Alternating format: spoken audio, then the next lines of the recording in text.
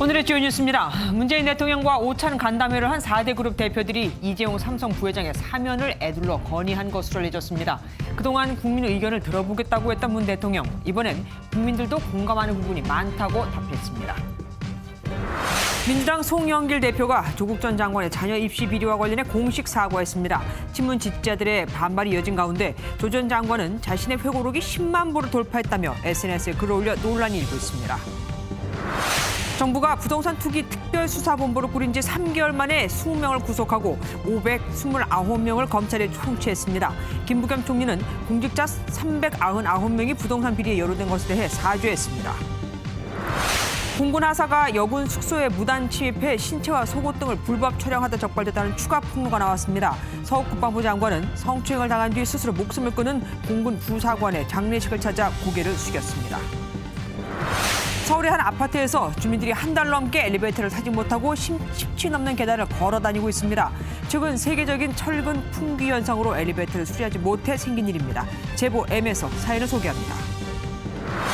지난해 코로나 여파로 등교 수업에 차질을 빚으면서 중고등학생 기초학년 미달 비율이 국영수 모든 과목에서 커진 것으로 공식 확인됐습니다. 교육부는 2학기 전면 등교를 목표로 오는 14일부터는 학교 밀집도 기준을 3분의 1에서 3분의 2로 높이기로 했습니다.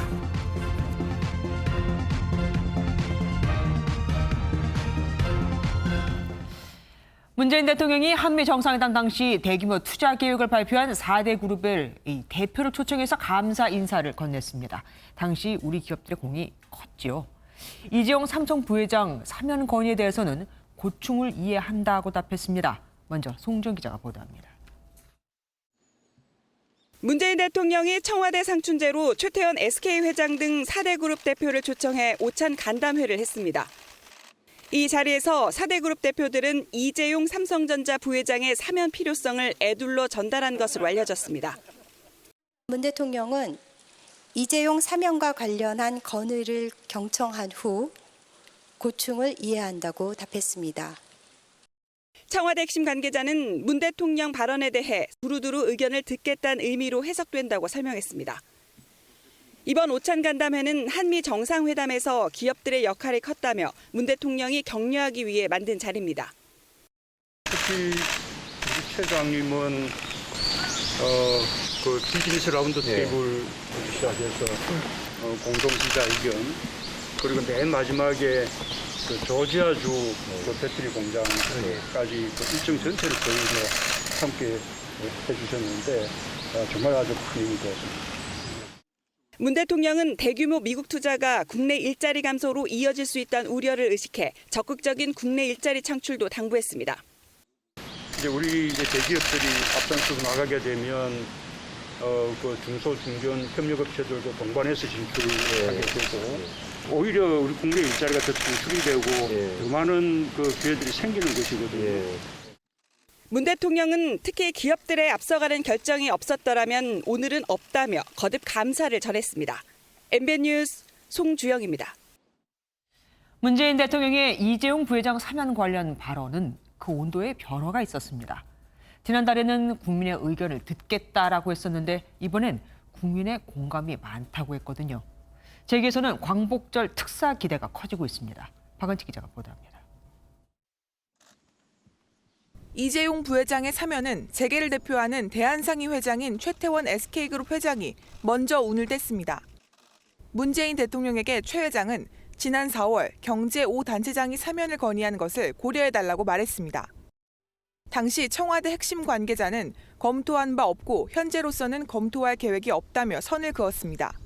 이어 김기남 삼성전자 부회장이 반도체는 대형 투자 결정이 필요한데 총수가 있어야 의사결정이 신속히 이뤄질 수 있다고 말했습니다. 또 다른 총수도 불확실성 시대에 앞으로 2, 3년이 중요하다며 힘을 보탰습니다. 이에 대해 문 대통령은 국민들도 공감하는 분이 많다.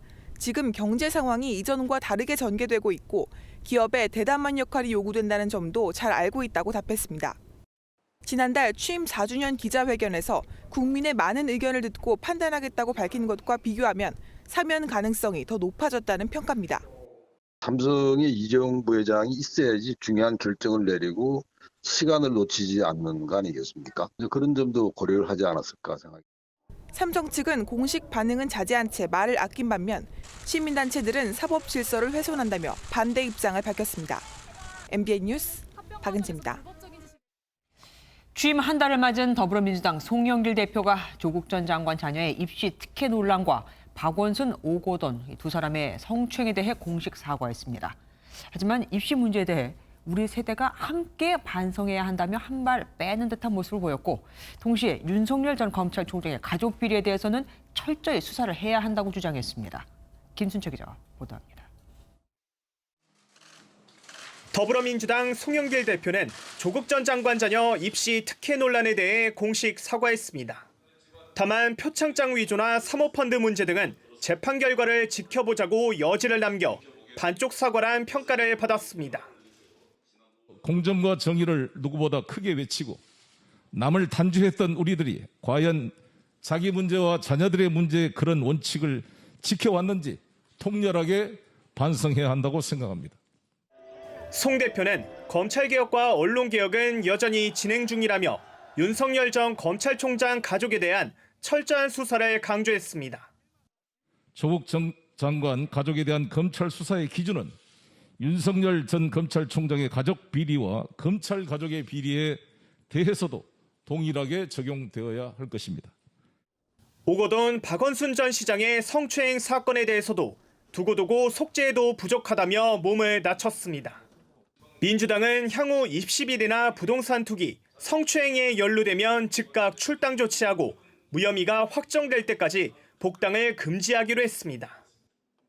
송영길 대표가 당내 반발에도 조국 사태에 대해 사과한 건 내로남불이나 불공정 문제를 털고 가지 않으면 내년 대선 승리도 어렵다는 일부 우려가 반영된 것으로 보입니다. MBN 뉴스 김순철입니다. 더불어민주당 대표의 사과에 조국 전 장관은 겸허히 받아들인다. 나를 밟고 전진하라는 입장을 내놓았습니다. 그러자 한쪽에서는 그러려면 먼저 좀 누워라는 비아냥도 들려왔죠. 조 전 장관의 지지자들은 송영길 대표의 사퇴를 요구했고, 국민의힘은 영혼 없는 사과라고 비판했습니다. 안보람 기자입니다. 송영길 더불어민주당 대표 기자간담회가 끝나기도 전인 오늘 오전 11시 5분. 조국 전 장관이 자신의 SNS에 올린 글입니다.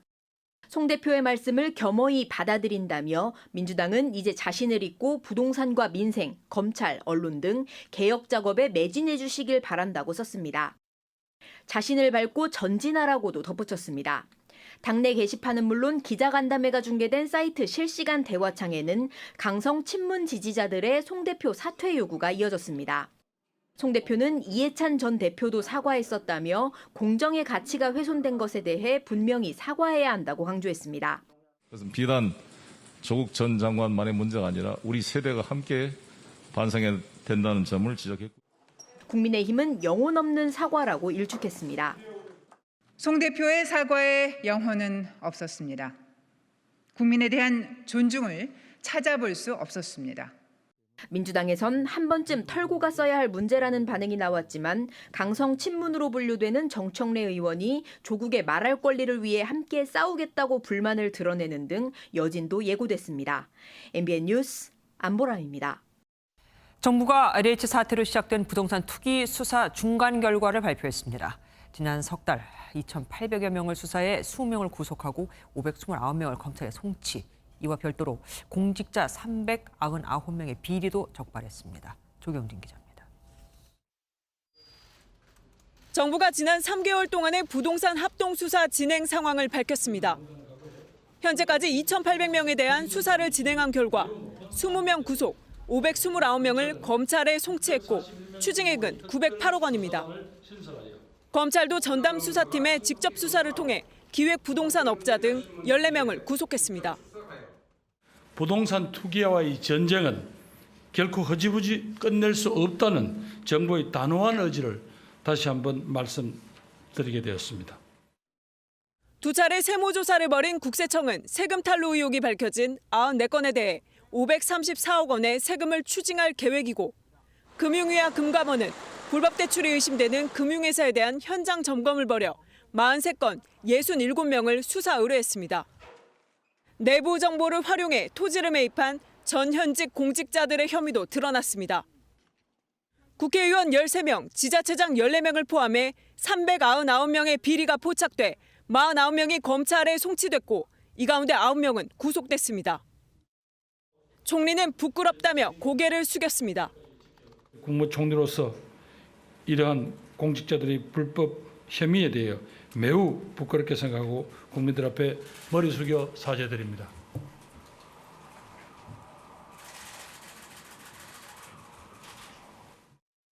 정부는 부동산 시장 불법 행위를 발본색원하기 위해 동원 가능한 공권력을 최대한 투입하고 기한을 두지 않고 수사를 이어간다는 방침입니다.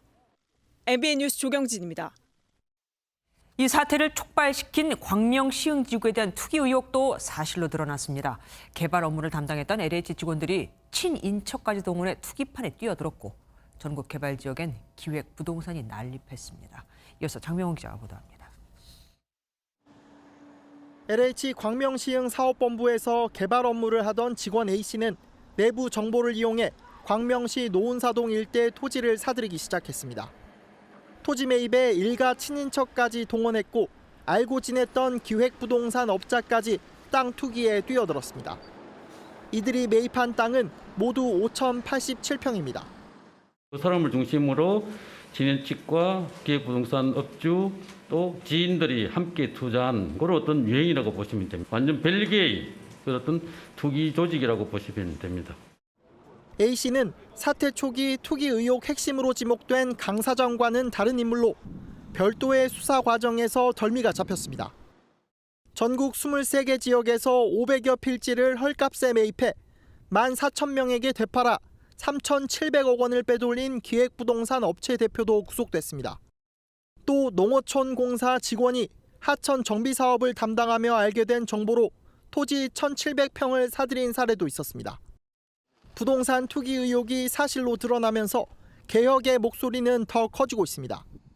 하지만 사태 중심에 있던 LH의 개혁은 당정이 결론을 내리지 못하는 상황에서 지자체 반발까지 더해 난항이 계속될 것으로 보입니다. MBN 뉴스 장명훈입니다. 선임에게 강제추행을 당한 공군 여중사가 스스로 목숨을 끊은 사건이 어제 알려졌는데 공군에서 또 다른 성폭력 의혹이 불거졌습니다. 군 경찰 소속 하사가 여군 숙소에 침입해 속옷과 신체 등을 불법 촬영하고 그 사진을 여군 이름별로 분류해서 보관을 한 겁니다. 그런데도 이 사건을 수사 중인 군 경찰은 피해자에게 가해자에게도 인권이 있으니까 봐달라고 했다네요. 조동욱 기자입니다. 성추행 사건이 일어난 공군에서 이번엔 다수의 여군을 상대로 불법 촬영이 있었다는 주장이 제기됐습니다. 군 인권센터는 공군인 A 하사가 여군 숙소에 무단 침입해 불법 촬영을 하다 적발됐다고 밝혔습니다. 2021년 5월 초 공군 제19 전투비행단에서 여군을 상대로 불법 촬영을 저지른 남군 간부가 현행범으로 적발되었습니다. 센터에 따르면 군 경찰은 A 하사를 현행범으로 체포했고 불법 촬영물이 나온 USB엔 피해자들의 이름을 붙인 폴더까지 있었던 것으로 전해졌습니다. 군 인권센터는 부대의 제19 감싸기도 지적했습니다. 밝혀진 피해자만 최소 5명에 사건이 일어난 지 한 달이 넘었지만 피해자와 가해자 분리조차 이뤄지지 않았다는 겁니다. 전이가 얼마 안 남았고 다른 부대로 전출시킬 것도 마땅치 않다. 가해자에게도 인권 있으니 좀 봐달라 이런 식으로 얘기를 했다고 합니다. 더욱이 A 하사는 현재 해당 사건을 수사하고 있는 19 전투비행단 군사경찰 소속입니다. 군 수사기관이 가해자를 비호하는 가운데 피해자들은 사건 축소 은폐에 대한 심각한 우려를 갖고 있는 상황입니다. 이 같은 사실이 알려지자 공군은 뒤늦게 사건을 중앙수사대로 이관했다며 수사 결과에 따라 엄정하게 처벌하겠다고 밝혔습니다. MBN 뉴스 조동욱입니다. 서 국방부 장관이 성추행을 당한 뒤 스스로 목숨을 끊은 공군 여 부사관의 장례식장을 찾아 고개를 숙였습니다. 서 장관을 붙잡고 오열하던 여 부사관의 어머니는 정신을 잃고 실신하기도 했죠. 국방부는 피의자 장모 중사에 대해 이제서야 구속영장을 청구했습니다. 김영 기자입니다. 선임 부사관에게 성추행을 당한 뒤 극단적 선택을 한 공군 여중사의 장례식장을 찾은 서 국방부 장관. 많이 아프실 텐데 제가 좀 딜리 들여다봤어야 되는데 그때나마 국방부에서 좀 관장하기. 형은 해야지만 장관님이 오실 수 있는 그런 상황에 정말 유감스럽습니다. 침통한 피해 여중사의 어머니는 말을 잇지 못했습니다.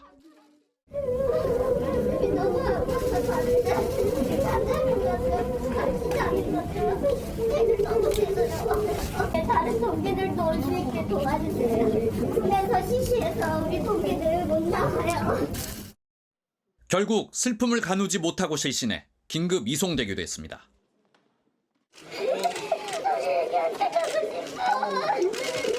우리 애기가 없는데 나와서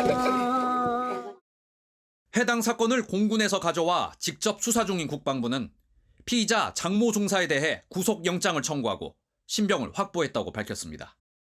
또 군내 성폭력 피해를 점검하기 위해 오는 16일까지를 성폭력 피해 특별 신고 기간으로 운영하기로 했습니다. MBN 뉴스 김현입니다. 한밤중 길을 지나던 녀석이 모르는 남성에게 갑자기 폭행을 당했습니다. 경찰이 3km를 추적한 끝에 이 남성을 붙잡았는데 강제 추행 의도가 있었다고 보고 조사하고 있습니다. 김태린 기자입니다. 늦은 밤 서울 은평구의 한 골목길입니다.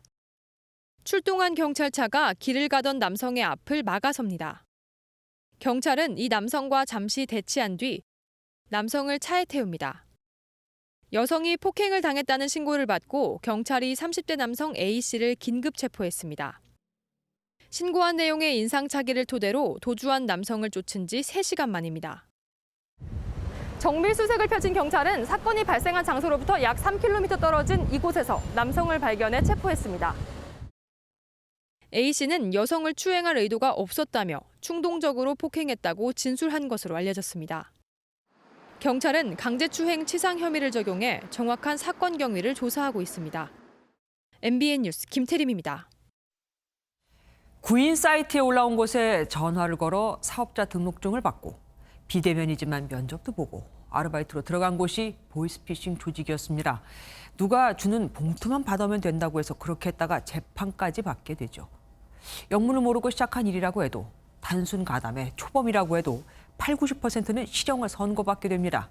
고액 알바에 덫에 걸렸던 이들을 홍지호 기자가 만났습니다. 20년 동안 하던 운전기사 일을 그만두고 무직으로 지내던 A씨는 지난해 8월 대부업체에서 아르바이트를 시작했습니다. 텔레그램으로 지정해준 장소에서 만나는 사람이 주는 걸 받아오기만 하면 되는 일이었습니다. 하루 한두 건만 하면 일당은 15만 원에서 20만 원가량 받는 고액 알바였습니다. 그냥 봉투나 서류 같은 거 준다 했는데 결국은 이렇게 열어보니까 돈이었다는 건 알았죠. 그렇게 일주일간 10번에 걸쳐 받아 회사 측에 입금한 돈은 7천만 원. 결국 A씨는 보이스피싱 전달책으로 9개월간 수감됐습니다. 방문 판매업을 하던 B씨도 지난해 여름 코로나19로 일이 끊기자 빌린 돈만 받아오면 된다는 아르바이트를 시작했습니다. 믿었던 업체의 사업자 등록증은 모두 위조된 것이었습니다. 오랫동안 생활하지 못한 돈을 회수가 안 되니까 직접 상담해 놓은 돈을 대면으로 해서 수금하는 일이다. 이들에게 적용된 혐의는 사기, 범죄 행위임을 알았다면 처벌의 예외는 없습니다. 대법원 양형위원회가 정한 기준을 보면 조직적 사기 혐의로 재판에 넘겨진 경우 피해 액수가 적더라도 징역 2년 6개월까지의 실형이 선고될 수 있습니다. 아주 간단한 업무임에도 불구하고 과다한 수당을 지급하게 되거든요. 100% 보이스피싱 사기일 거라고 봐도 될 것 같습니다. 지난해 기준 경찰청이 파악한 보이스피싱 범죄만 해도 3만 건. 손쉬운 고액 알바의 덫 뒷면엔 항상 범죄의 그림자가 있었습니다. MBN 뉴스 홍지호입니다. 택시기사 폭행 사건과 관련해 이용구 법무부 차관이 택시기사에게 1,000만 원을 준 것으로 확인됐습니다. 이런 사건의 합의금은 보통 100만 원, 많아도 300만 원 정도 하기 때문에 경찰은 이 돈이 영상 삭제에 대한 대가가 아닌가 의심하고 있습니다. 이게 맞다면 증거인멸 교사도 혐의에 추가됩니다. 손기준 기자입니다. 이용구 법무부 차관의 택시기사 폭행 사건을 재조사 중인 서울경찰청 진상조사단이 택시기사를 증거인멸 혐의로 입건했습니다. 경찰 조사에서 택시기사는 이 차관으로부터 합의금 1,000만 원을 받았다고 진술한 것으로 전해졌습니다. 단순 폭행 사건에서 합의금은 통상 최대 300만 원까지 책정된다는 일선 경찰들의 설명을 고려하면 높게 책정된 금액입니다. 거액의 합의금엔 이 차관의 폭행 정황이 담긴 블랙박스 영상을 삭제하는 대가가 포함된 게 아닌지 의심을 사는 대목입니다. 이런 정황이 확인되면서 경찰 진상조사단은 이 차관을 증거인멸 교사 혐의로 검찰에 넘길지 검토 중입니다. 합의금을 건넨 구체적인 시점과 그동안 확보했던 증거와 조사 내용을 대조해 결정할 것으로 보입니다. 현재 사건을 맡았던 A 경사 등 당시 서초경찰서 관계자 3명도 특수직무유기 혐의로 입건된 상태입니다. 다만 A 경사는 줄곧 조사에서 자신이 독단으로 결정해 이를 처리했다는 입장을 고수하고 있는 것으로 전해졌습니다. 진상조사단은 조만간 수사를 마무리하고 빠르면 다음 주에 결과를 발표할 방침입니다. MBN 뉴스 송규준입니다.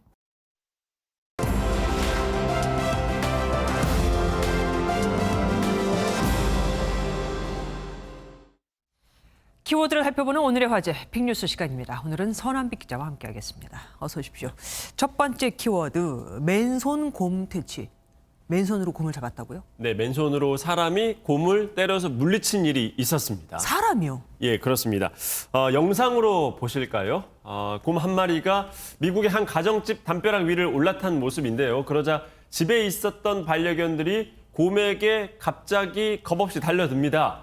가장 덩치가 큰 검은색 반려견이 몸싸움을 벌이고 돌아가는 사이에 작은 반려견 한 마리가 곰에게 붙잡혔는데요. 바로 이때 반려견의 주인이 달려와서 두 손으로 곰을 그대로 밀칩니다. 반려견을 구하기 위해서 목숨을 걸고 싸운 이 여성, 나이가 불과 17살이라고 하네요. 우리로 치면 여고생이잖아요. 그렇습니다. 정말 대단합니다. 자, 두 번째 키워드 보겠습니다. 우한 박쥐 연구, 코로나19와 관련된 겁니까? 네, 그렇습니다. 코로나19의 발원지가 바로 우한 바이러스 연구소다라는 의혹에 관련한 건데요. 마치 이를 뒷받침하는 내용이 담긴 영상이 공개가 되면서 다시 파문이 일고 있습니다. 2017년 12월 말 중국 CCTV에서 공개했던 영상입니다. 우한 바이러스 연구소 연구진이 현장에서 박쥐를 잡아서 배설물을 채취하는 모습인데요. 장갑이나 마스크 등 보호 장비를 전혀 착용하지 않았습니다. 네. 그냥 맨손으로 박쥐를 만지고 있죠.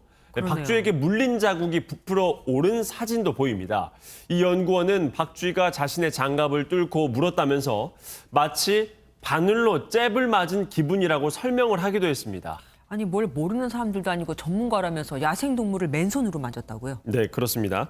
박쥐에게 균이 감염될 가능성도 있고요. 또 박쥐가 공격할 수 있는 상황인데 그냥 갔었다는 건데요. 연구진은 현장을 가기 전 광견병 예방주사를 맞았다고 합니다. 트럼프 전 미국 대통령은 대유행의 발원지로 이 연구소에 대한 의혹을 제기하기도 했었는데요. 다시 논란이 커지면서 지금 이 영상은 삭제가 됐습니다. 예. 세 번째 키워드 보겠습니다. 아기 상어입니다. 아기 상어 유명하잖아요. 네, 그렇습니다. 우리나라의 한 회사가 제작한 영상 그리고 노래인데요. 오늘은 모두 다 해외에서 벌어진 이야기입니다. 네. 어떤 이야기냐 하면 일론 머스크 테슬라 최고 경영자가 이번엔 한국의 히트곡인 핑크퐁 아기 상어를 트윗에 올렸습니다. 아기 상어가 모두를 이겼다. 사람보다도 더 조회수가 많다라는 말을 영어로 남겼는데요. 아기 상어 동영상 조회수는 지금 전 세계에서 유튜브 상에서 86억 회를 넘겼기 때문에 전 세계 인구보다 많다 이런 얘기를 한 겁니다. 예, 그건 알겠습니다. 그런데 왜 갑자기 일론 머스크가 아기 상어 얘기를 꺼낸 겁니까? 일론 머스크가 공개적으로는 딱 이 글만 올렸기 때문에 왜 아기 상어를 이 시점에 갑자기 언급을 했는지 이거는 알 길이 없습니다. 하지만 지난번 머스크가 암호화폐 트윗을 올릴 때마다 비트코인이며 다른 코인이며 가격이 요동쳤던 것처럼 이번엔 아기 상어 관련 주식이 급등을 했습니다. 네. 아기 상어로 만든 스마트 스터디의 2대 주주인 삼성 출판사의 주가가 오늘 하루 만에 무려 6.29%나 올랐다고 하네요. 머스크는 워낙 이리저리 튀는 공 같은 사람이라서 마냥 좋아하기도 좀 그렇습니다. 오늘 픽뉴스 여기까지 듣겠습니다. 지금까지 선한빛 기자와 함께했습니다.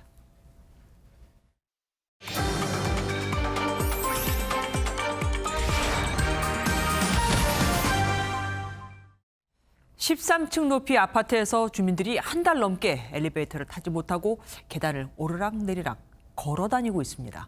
기존 엘리베이터를 철거하고 새 제품을 설치하던 중 철로 된 자재를 구하지 못해서입니다. 최근 세계적인 철강 품귀가 이런 불평까지 초래하고 있는 겁니다. 김도영 기자가 취재했습니다.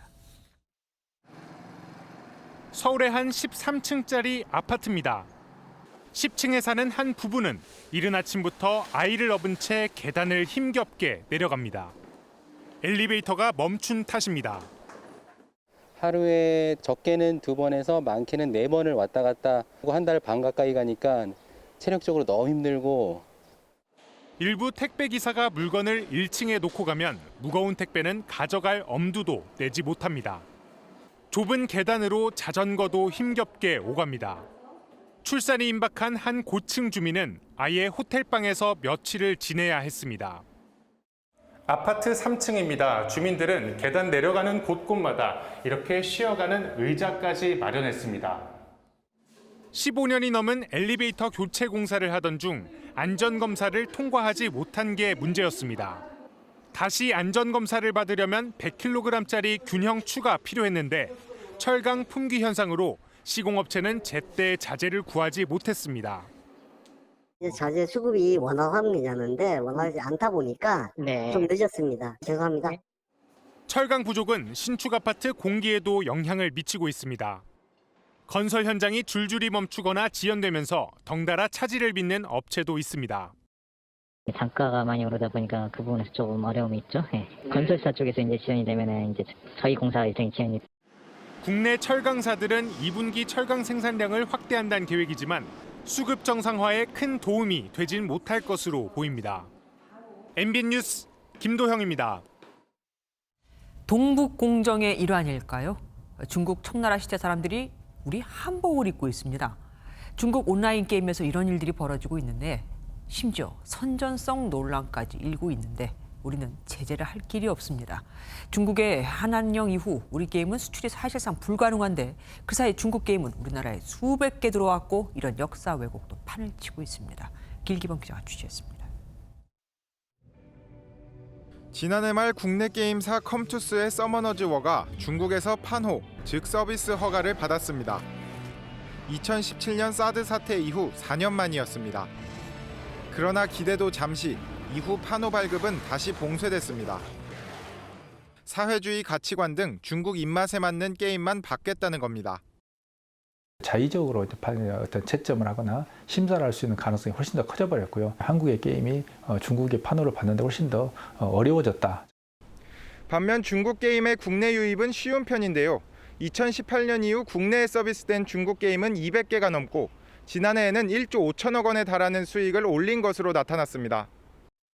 무분별하게 들어오는 중국 게임에 역사 왜곡 논란도 증폭되고 있습니다. 청나라 왕실 배경의 게임에선 중국 전통 의상 사이에 한복을 넣어놨습니다.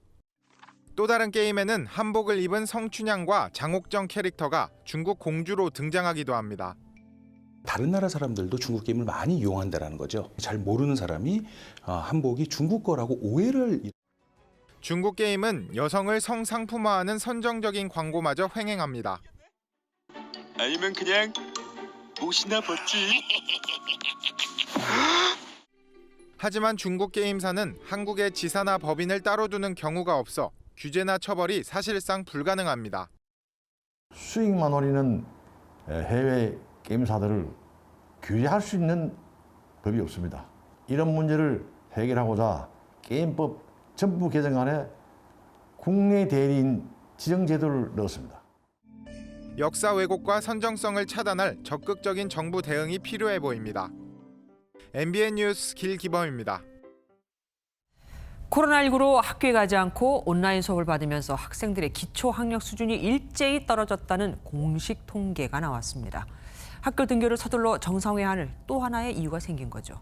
교육부는 9월 2학기 전면 등교를 목표로 오는 14일부터 등교 인원을 현재 3분의 1에서 3분의 2로 확대하기로 했습니다. 유호정 기자입니다. 지난해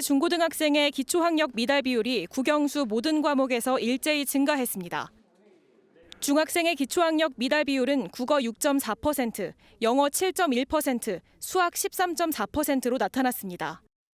코로나19 전인 2019년과 비교해 미달 비율이 영어는 2배 이상, 국어도 1.5배 넘게 늘어난 셈입니다. 고등학교에서도 국어와 수학은 1.5배, 영어는 2배 이상 기초학력 미달 비율이 늘어났습니다. 반면 보통학력 이상의 중상위권 비율은 중고등학교 모두 모든 과목에서 줄었습니다. 코로나발 학력 저하를 교육부가 공식 확인한 건 이번이 처음인데 지금의 평가 방식이 생긴 지난 2017년 이후 가장 심각한 수준입니다. 교육부는 이번 평가 결과를 통해 확인된 학습 결손을 심각하게 인식하고 있습니다. 원격 수업이 선생님을 직접 만나는 대면 수업을 온전하게 대체하는 데에는 한계가 있었다고 판단합니다. 교육부는 오는 9월 2학기 전면 등교를 목표로 등교를 점차 늘리기로 했습니다. 먼저 오는 14일부터 거리두기 2단계에서의 학교 밀집도를 3분의 1에서 3분의 2로 완화합니다. 등교율이 절반도 안 되는 수도권 중학생들의 등교를 우선 늘리기 위한 조치입니다. 또 현장 실습이 필요한 직업계 고등학교에선 전면 등교가 이뤄집니다. 교육부는 이달 중순 전면 등교를 위한 단계별 계획을 발표할 예정입니다. MBN 뉴스 유호정입니다. 국내 코로나19 신규 확진자가 엿새 만에 다시 600명대가 됐습니다. 회사와 학교, 주점 등 일상 공간에서 집단 감염이 계속 이어지고 있습니다. 정지영 기자입니다. 서울 서초구 삼성화재 본사에서 코로나19 집단 감염이 발생했습니다. 지난달 31일 건물 23층에서 첫 확진자가 나온 뒤 직원과 가족 등 누적 확진자는 26명까지 늘었습니다. 사무실에서 장시간 근무하며 함께 회의하고 일부 직원들은 식사를 같이 했던 걸로 파악돼 방역당국이 추가 조사를 벌이고 있습니다. 회사 측은 전원 재택근무 체제로 전환했고 추가 확산 방지를 위해 직원들을 전수검사했다고 밝혔습니다.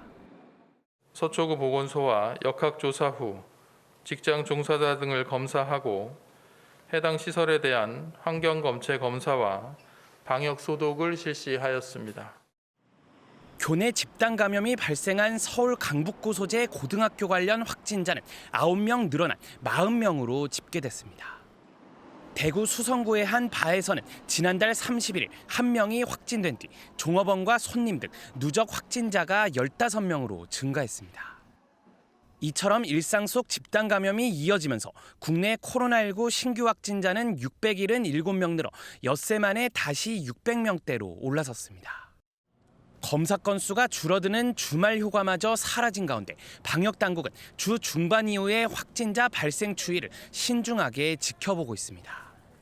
MBN 뉴스 정주영입니다. 코로나 백신을 빨리 많이 맞는 마을에 거액의 특별 지원금을 주겠다. 한 지자체가 내놓은 접종률 높이기 묘안입니다. 이처럼 백신 접종률을 끌어올리려고 지자체마다 갖은 아이디어를 동원하고 있는데 일각에서는 선거법 위반 우려도 나옵니다. 이재호 기자가 취재했습니다. 예방접종을 위한 사전 예약은 6월 3일까지로 되어 있사오니 아직까지도 신청을 하지 않은 주민 여러분께서는 마을 이장이 백신 접종을 독려하는 방송을 합니다. 경남 고성군이 접종 사전 예약률이 높은 마을 10여 곳을 선정해 사업비 10억 원을 지원하고 경품까지 내걸면서 경쟁이 붙었기 때문입니다. 병 안 걸리거나 한 것만 해도 주사만 놔주는 것도 고마운데 돈까지 준다 그럼 그런 일이 고마운 일이 어디 있어. 전남은 공공시설 입장료 할인을 검토하고 있고 대구는 건강검진권을 내걸었습니다. 백신이 좀 불안해서 안 맞으려고 하더니만은 주위 분들은 관심을 보이시더라고요. 공연 할인에 휴양림 입장료 면제, 영화표 할인 등 접종률을 높이기 위한 아이디어도 가지가지입니다. 일부에선 이런 백신 인센티브에 대해 선거법 위반 해석을 내린 곳도 있습니다. 경기도 성남시는 1차 백신 접종 시민에게 시 체육시설 20여 곳의 입장료를 절반으로 할인해 주기로 했다가 선관위로부터 제지를 받기도 했습니다. 방역당국은 지자체가 주는 인센티브는 결국 본질이 아니라며 백신 접종만이 코로나19로부터 자신을 지키는 가장 좋은 혜택이라고 접종의 중요성을 강조했습니다. MBN 뉴스 이재호입니다.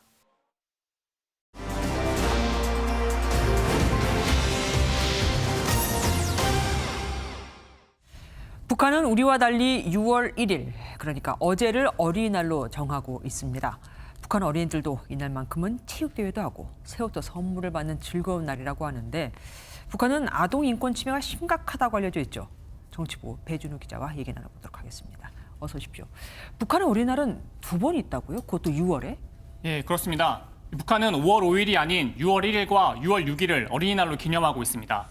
6월 1일은 타가소와 유치원 아이들이 주인공인 국제아동절인데요. 이 구소련을 비롯한 동구권 사회주의 국가들이 기념하던 명절입니다.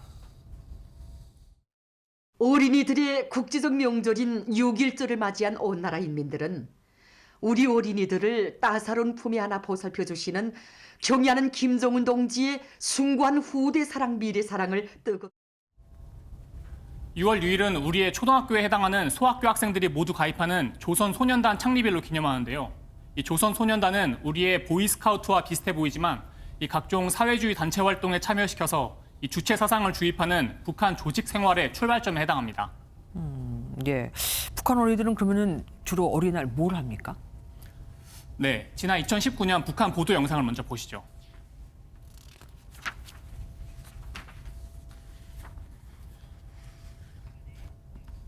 북한의 국제아동절은 공휴일은 아니지만 이렇게 유치원에서 부모님들과 함께 체육대회와 아이들의 공연 등의 행사를 진행하는데요. 네. 아이들에게 새 옷을 사주고 학교 행사를 위해 도시락을 싸주느라 이 장마당에 사람이 많이 몰리기도 합니다. 아, 예. 명절 며칠 전부터 그 준비들을 많이 해야 하고 애들한테 옷 같은 거 선물한다던가 명절 전날 같은 경우는 심지어 그 장마당에 사람이 너무 많아서 막 들어가기 힘든 정도? 네. 다만 올해는 코로나 때문인지 이 대규모 체육대회에 대한 모습은 보도되지 않았고 이 유치원생들의 공연도 지난해 말 녹화된 영상만 나왔습니다. 북한 매체들이 어제 그러니까 김정은 총비서의 어린이 사랑을 아주 집중적으로 대대적으로 보도를 하더라고요. 그 이유가 있습니까? 예, 그렇습니다. 이 말씀하신 것처럼 북한 매체들은 국제아동절을 맞아서 김정은 총비서가 집권한 뒤 이 고아원과 유치원을 짓고 수차례 방문했다는 점을 강조했는데요. 이 방역 상황을 고려했는지 직접 찾아가진 않았고 지난 2014년에 찾아갔던 일화가 소개됐습니다. 정말 원아들은 너무 기뻐서 정말 아버지 하면서 막 달려나가면서 경의하는 총비서 동지 품에 안겨들었습니다. 넘어지는 어린이를 안아 일으켜 주시고 또 먼저 달려온 원아들에게 뽀뽀도 해주시고. 전문가들은 어린이들을 사랑하는 모습을 자주 연출했던 이 할아버지 김일성 주석의 이미지를 차용해 이 김정은식 애민 정치를 선전하려는 의도로 보고 있습니다. 어린이들에게 김정은 위원장이 강조하는 인민 중심의 애민 사상의 이 뜻과 은혜를 이해하고 이 당의 충심으로 보답하라는 뜻을 에둘러 전달하기 위한 것으로 풀이될 수 있겠습니다. 그런데 정말로 북한 아이들이 저기 화면에 보이는 것처럼 이렇게 행복할까요? 선물을 받고 하는 것도 사실 극히 일부일 것 같거든요. 그리고 유엔에서는 북한 아동 인권이 아주 심각하게 침해받고 있다고 하던데 그건 어떻습니까? 네, 이 북한의 대외 선전과 달리 북한 아동 인권은 심각한 수준이라는 게 국제사회의 분석입니다. 어린이들은 어린이날 공연을 준비하기 위해 6개월 이상 연습에 동원되고요. 아이고. 이 농사일과 공장 또 탄광에 동원되는 등 강제 노동 문제가 심각하다는 건데요. 2019년 북한 인권위원회 보고서에서는 이 고아원 아동들 다수가 하루에 한 끼만 제공받아 배고픔을 못 이기고 시설을 탈출했다는 증언이 담기기도 했습니다. 특히 코로나19 이후로 국경 폐쇄가 되면서 식량과 의료 지원도 안 되고 있는데 유니세프는 올해 북한 어린이 5명 중 1명이 발육 부진일 것으로 추정했고 유엔은 심각한 영양실조를 겪는 북한 아동 9만여 명에게 필요한 치료가 이루어지지 않을 것이라고 진단했습니다. 예, 한창 자랄 나이인데 하루에 한 끼. 어떡하죠? 어쨌든 이렇게 보이는 게 다가 아니라는 게 느껴집니다. 지금까지 배준우 기자와 함께했습니다. 5.18 민주화운동 전후 우리 정치 상황을 짐작케 하는 미 국무부 기밀 문서가 공개됐습니다. 당시 주한 미 대사관은 본국에 보내는 전문에 전두환을 군부 실세로 최규하 당시 대통령은 무기력한 대통령이라고 적었습니다. 비상계엄 확대 전인데도 말이죠. 이수아 기자입니다. 미 국무부가 비밀 해제한 기록물입니다. 모두 14건, 50여 쪽의 분량으로 1979년 12.12 사태 이후부터 김대중 내란 음모 사건 재판이 진행되던 1980년 8월 5일까지 기록이 담겼습니다. 5.18 전날 주한 미국 대사관이 본국에 긴급 타전한 전문에는 전두환이 군부 내에서 결정적이진 않더라도 중심적인 역할을 하고 있다고 쓰여 있습니다. 반면 당시 최규하 대통령에 대해선 무기력한 대통령이란 평가를 남겼습니다. 이때는 비상계엄이 전국으로 확대되기 직전입니다. 이 밖에도 12.12 사태 이후 주영복 당시 국방부 장관이 자신에게 군 통제 실권이 없음을 고백한 내용과 미국이 쿠데타 이후 전두환과 만남을 고민한 정황 등이 문서에서 확인됐습니다. 다만 5.18 진상규명에 결정적인 역할을 할 것으로 평가받는 미 국방부 문서는 아직 한 건도 받지 못했습니다. 5.18 당시 이루어졌던 군사작전의 전모를 파악할 수 있는 문서 자료가 우리들이 대부분 다 망실됐어요. 네. 저희들은 그런 것들을 채워줄 수 있는 문서가 저는 미국 국방 채널 쪽에 남아있을 걸로 보고 있고, 이번 문서 공개는 지난해 5월 5.18 민주화운동 40주년을 기념해 미국이 관련 기밀 문서 44건을 우리 측에 공개한 뒤 두 번째입니다. MBN 뉴스 이수아입니다. 하늘과 땅을 잇는 거대한 기둥. 바로 중국 해룽장성에서 발생한 거대한 회오리 바람입니다. 이 회오리 바람이 마을을 강타하면서 한 명이 숨지고 16명이 다쳤습니다. 정설미 기자가 보도합니다. 하늘과 땅을 잇는 검은 기둥. 흙먼지를 일으키며 무섭게 다가옵니다.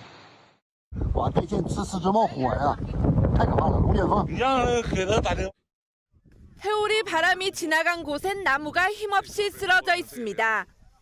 또 건물 지붕이 날아가고 외벽이 무너지는 등 마을이 쑥대밭으로 변했습니다.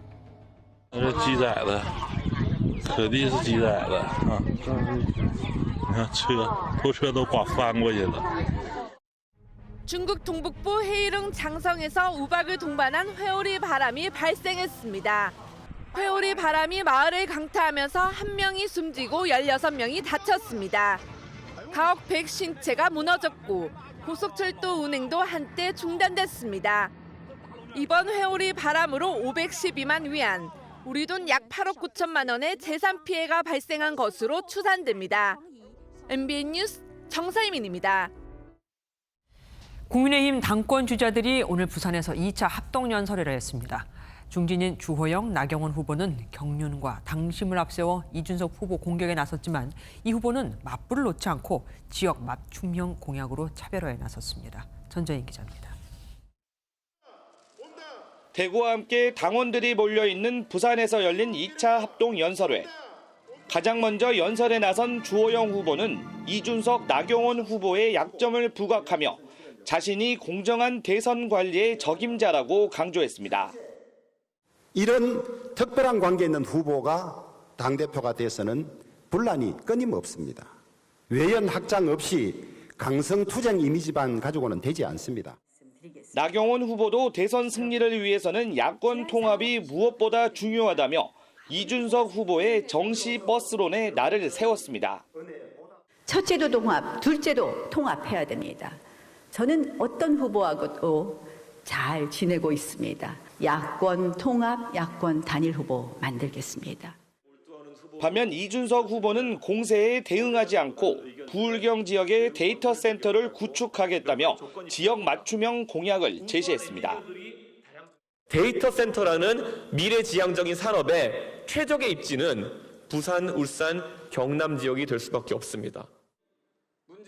조경태 후보는 현장 정치를, 홍문표 후보는 경륜을 거듭 강조했습니다.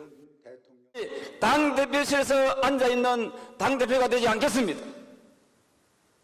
현장으로 달려가겠습니다. 당을 알고 조직을 알고 선거를 알고 정책을 아는 제가 한번 맡아보겠다는 것입니다. 당권 주자들은 내일 책임 당원들이 가장 많은 대구에서 열리는 3차 합동연설회에서 또다시 격돌합니다. MBN 뉴스 전정인입니다. 사실상의 공개 정치 행보를 이어가고 있는 윤석열 전 검찰총장이 골목 상권이 잘 조성된 서울 연희동에서 경제 전문가를 만났습니다. 청년의 참여로 소상공인 침체 문제를 해결하는 방안을 논의했다는데 이 부분은 현 정부의 아픈 손가락이죠. 황지영 기자가 보도합니다. 윤석열 전 검찰총장이 어젯밤 중소 상점이 밀집한 서울 연희동에서 모종린 연세대 국제학대학원 교수와 만났습니다. 윤 전 총장은 골목 상권에 해박해 골목길 경제학자로 불리는 모 교수와 4시간 동안 회동하며 자영업자 살리기와 청년이 참여하는 지역 상권 활성화 방안 등에 대해 논의했습니다. 현 정부의 아킬레스건 가운데 하나인 소상공인 문제와 청년 실업 문제를 최우선시하겠다는 의지를 나타낸 것으로 풀이됩니다. 이 만남은 자리에 함께한 30대 시사평론가 장예찬 씨가 자신의 유튜브 방송과 SNS에 공개하면서 알려졌습니다. 골목 상권을 살리고 지역의 문화, 지역의 인재를 키우는 게 청년 문제 해결, 또 자영업자 문제 해결, 마지막으로 지방 균형 발전 문제 해결, 세 가지 문제를 다 해결할 수 있는 새로운 대안이다. 여론조사 기관 정책실장과 반기문 전 유엔 사무총장의 온라인 홍보를 담당했었다가 지금은 방송과 유튜브에서 활발히 활동하는 장 씨에게 윤 전 총장 측이 먼저 만남을 제안했습니다. 한편 윤 전 총장은 공보와 정책 등을 담당하는 대선 준비 조직을 5명에서 10명 사이에 소수 정예팀으로 꾸릴 예정인 것으로 전해졌습니다. MBN 뉴스 황지연입니다.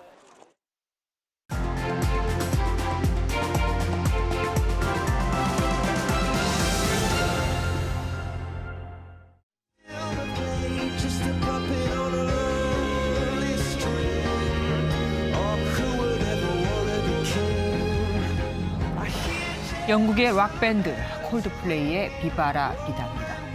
경쾌한 리듬과 달리 가사는 권력의 덧없음을 묵직하게 전하죠. 권력에는 늘상 불법과 비리가 기생합니다. 김영삼 정부 시절에는 차남 김현철 씨가 검찰에 구속됐고 김대중 정부에선 홍일, 홍업, 홍걸 3형제 모두가 사법 처리를 받았습니다. 노무현 정부에선 이상수 민주당 사무총장 등 대통령 측근이 무더기로 구속됐고 이명박 정부 때는 만사형통이라던 형 이상득 전 의원이 구속을 했습니다. 왜 그랬을까요? 권력에 비리와 부패가 있었기 때문입니다. 그래서인지 검찰이 살아있는 권력의 칼을 겨눌 때마다 국민의 박수에도 불구하고 정권 내부에서는 검찰을 통제해야 한다는 목소리가 빗발쳤습니다. 심지어 노무현 대통령은 검찰총장에게 임명장을 주면서 총장이 높다 해도 대통령 밑에 있습니다. 통치 철학을 따라야 합니다라고 못을 박기도 했었습니다. 그런데 지금 정부도 예외는 아니죠. 울산시장 선거 개입과 유재수 전 금융위 국장의 감찰 무마, 월성 원전 1호기 경제성 평가 감사와 관련한 수사가 청와대를 향하자 불쾌감을 숨기지 않았습니다. 수사에 관여했던 검사들은 줄줄이 좌천됐죠. 박범계 법무부장관은 검찰의 수사권을 축소시키는 조직 개편을 검토하며 대규모 물갈이 인사를 예고했고 김호수 검찰총장은 취임식에서 검찰의 직접 수사는 최소한으로 절제돼야 한다고 했습니다. 문재인 대통령은 2011년 발간한 책에서 만성적인 권력형 비리나 정경유착 등 부정부패, 정치권의 구조적인 이 금권 선거는 사정기관으로서의 검찰의 권한을 더욱더 확대한다.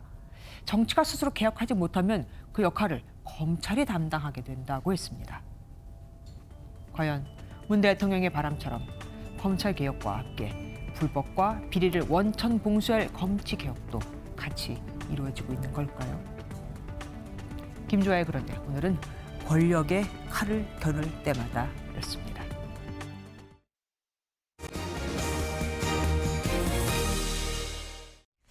오늘 여름이 시작됐다고 느끼신 분들 많았죠. 한낮 최고 기온이 30도를 넘긴 곳도 꽤 많았습니다. 마스크를 쓰면 더 더운데 말이죠. 도심 속 여름 풍경 이권열 기자가 전해왔습니다. 한낮 땡볕을 막아주는 양산이 도심에 등장했습니다. 급한 대로 우산을 꺼내든 시민도 있습니다. 오늘 서울의 공식 최고 기온은 29.7도였지만 곳에 따라 30도를 웃돌기도 했습니다. 경기도에서는 일부 지역이 33도를 넘겼고 다른 지역에서도 한낮 최고 기온이 30도를 넘긴 곳이 많았습니다. 한낮의 아스팔트 온도는 40도에 가까웠습니다. 여기에 마스크까지 쓰다 보니 도심 속 시민들이 체감하는 더위는 한여름 무더위 못지않았습니다. 잠시 더위를 피하기 위해 물과 그늘이 있는 곳으로 나온 시민들도 많았습니다. 걸어왔는데 막 이마에 땀이 계속 나서 너무 더운 것 같아요, 여기도. 다행히 이번 더위는 내일 비와 함께 사그러질 것으로 보입니다. 저기압의 영향으로 3일 새벽 전남 서해안과 제주도에 비가 시작해 오후에는 전국적으로 확대되겠습니다. 하지만 계절이 여름에 들어섰기 때문에 비가 그치면 또다시 더위가 시작될 전망입니다. MBN 뉴스 이권열입니다. 물가가 심상치 않습니다. 파, 돼지고기, 계란 등 먹을거리에 이어서 지난달은 기름값이 20% 넘게 오르며 소비자 물가 상승률이 9년 만에 최고치를 기록했습니다. 정부는 아직 괜찮다고 하는데 인플레이션이라는 문의 초인종은 이미 눌렸다는 분석도 나옵니다. 이병주 기자가 보도합니다. 세종의 한 주유소. 손님을 찾아보기 쉽지 않습니다. 최근 기름값이 크게 오르자 소비자 입장에서는 조금이라도 더 싼 주유소를 찾아 발품을 팔고 있습니다. 옛날 같았으면 그냥 원로바 차이 안 나가지고 그냥 지나다니는 데마다 그냥 들어갔어요. 급한 거 아니면 싼 데 위주로 가요. 실제 지난달 전국 주유소 휘발유 가격은 리터당 평균 1,542원으로 1년 전보다 300원 가까이 올랐습니다. 전체 석유류 가격은 1년 전보다 23.3% 올랐는데 코로나19 충격으로 국제유가가 급락했던 지난해 기저효과에다 최근 경기 회복세가 더해진 영향입니다. 파와 달걀 등 주요 식자재 가격도 여전히 고공행진을 하며 농축수산물 물가는 5달 연속 두 자릿수 올랐습니다. 이에 따른 소비자 물가도 2.6% 올라 9년 1개월 만에 가장 큰 폭으로 올랐습니다. 인플레이션에 대한 우려가 커지고 있지만 정부는 올 하반기부터 물가가 안정될 것이라고 전망했습니다. 경제가 빠르고 강한 회복세를 이어나가는 데 있어 물가가 걸림돌이 되지 않도록 정부가 각별한 관심을 갖고 대응해 나가겠습니다. 정부는 물가 안정을 위해 달걀 수입 물량을 늘리는 한편 이달 말부터 대규모 세일 행사를 진행해 소비자 부담을 완화하겠다고 밝혔습니다.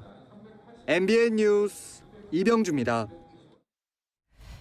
지금으로부터 100년 전 미국 탈사에서 백인들이 흑인들을 오해해 300명을 살해한 사건이 있었습니다.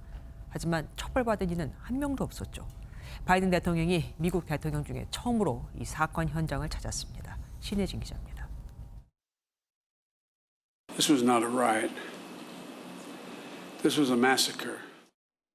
바이든 대통령이 털사인종 대학살 100주기를 맞아 백인이 흑인을 집단 살해한 오클라호마주 털사시를 역대 대통령 중 처음으로 직접 찾았습니다.